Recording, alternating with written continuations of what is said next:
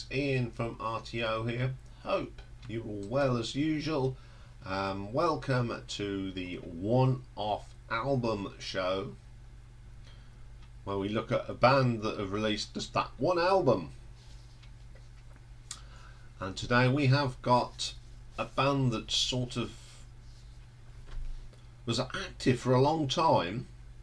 They were active between 1983 and 1992, but only managed to put out one album in that time. We're talking of Liverpool rock band from England, the I.O.U, fronted by singer and songwriter and guitarist Lee Mavers.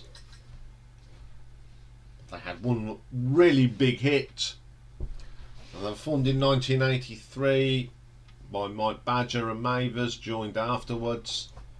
Although for the most of the group's history they frequently changed their lineup up and down, but it was just the core of Lee Mavers on vocals and guitar, John Power bass and backing vocals. Other people that have been in the band: Paul Hemmings, John Timo Timson, Peter Camel, Ian Templeton, John Bryan, Chris Sharrock, Barry Sutton and Nigel Mavers.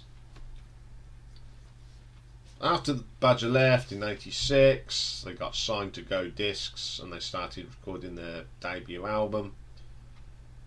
But they're having aborted several recording sessions and different producers, they finally got round to bringing out the self-titled album, The I.O.U, in 1990. And playing on this is Lee Mavers, John Power, Peter Camel, Nigel Mavers and John Bryan. Chris Sharrock's on here, Paul Hemmings. They all sort of play on this, and Timo Teaton. So it's basically all the stuff that's sort of they've been doing. They finally got it all together, so that's why there's so many people on one album. So the first track on here is a very short track called Son of a Gun. Very catchy tune. I like the acoustics in that. Pretty damn good track. I Can't Sleep.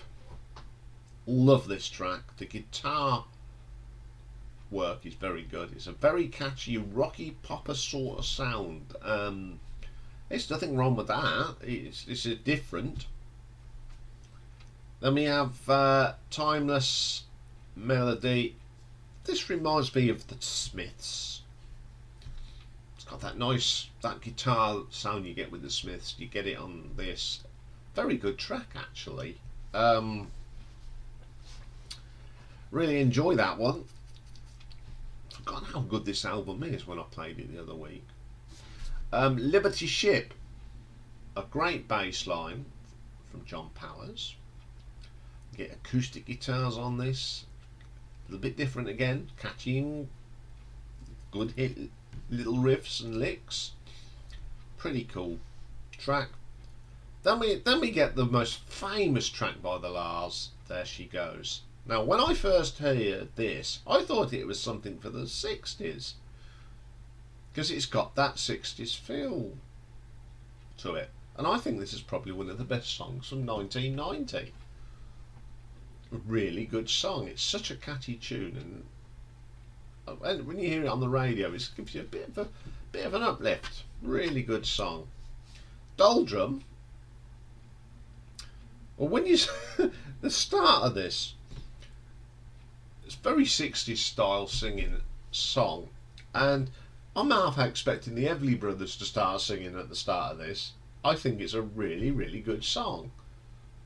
So this looks like they've taken the basics of 50s, 60s music and just spruced it up a little bit. It's a really good song. Feelin, the guitar work on this is wicked. Very sort of 60s sounding guitar, and it's brilliant. Way Out is just a nice gentle pop song, and I've got no problem with that. I.O.U, this reminds me so much of the Stones in the 60s. It's a really good track. The guitar work on this is just top drawer. Freedom Song. It's got some really nice acoustic guitar on this. Really underrated track. breath of fresh air. Great bass line from John Power drives this song. Failure. Oh, what a little rocker. You know, there's so much diverse on this album. This is a really good rock track. Old-fashioned rock, considering what was going on in 1990 or whenever this was recorded. Looking Glass. I think this is just a homage to the 60s because it's got bits of Beatles in there and the Who, and it all just sounds pretty good, and they've made a really half decent track there. It's absolutely brilliant. What a way to end the album. Now,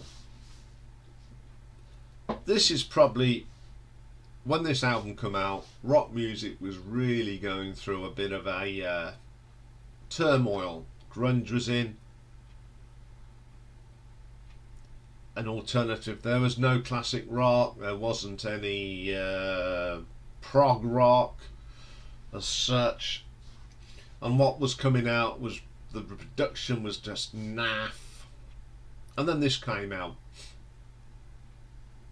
and what a breath of fresh air. You know, at the time, I remember I couldn't, you know, I was finding it hard.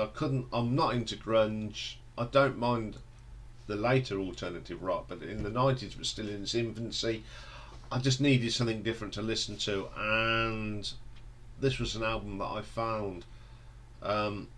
I loved the single There She Goes when it came out, so I went and brought the album because I thought I need something uplifting and refreshing, and this was it.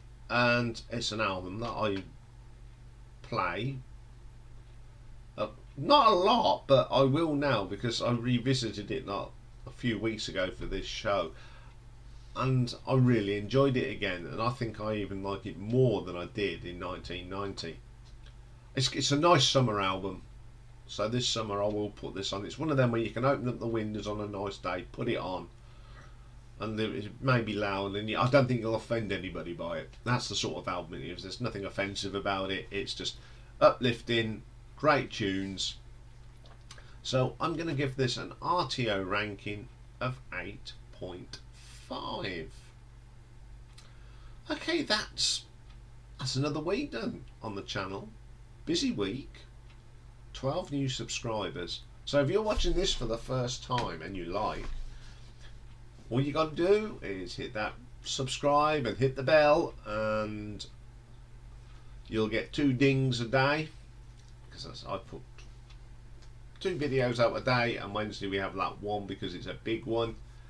And we do live stream as well on Thursday nights. You can find last night's on the channel now. So have a great weekend, whatever you're doing. I'll be back on Monday with a new haircut and T-Rex album ranking, which was a viewer's request, or Richard McCook, who's a YouTuber just like me. And classic album next week is just to tidy up the Paul McCartney story. We're going to look at that brilliant live album Wings Over America. So again, have a nice weekend, and I will see you all on Monday. Bye for now.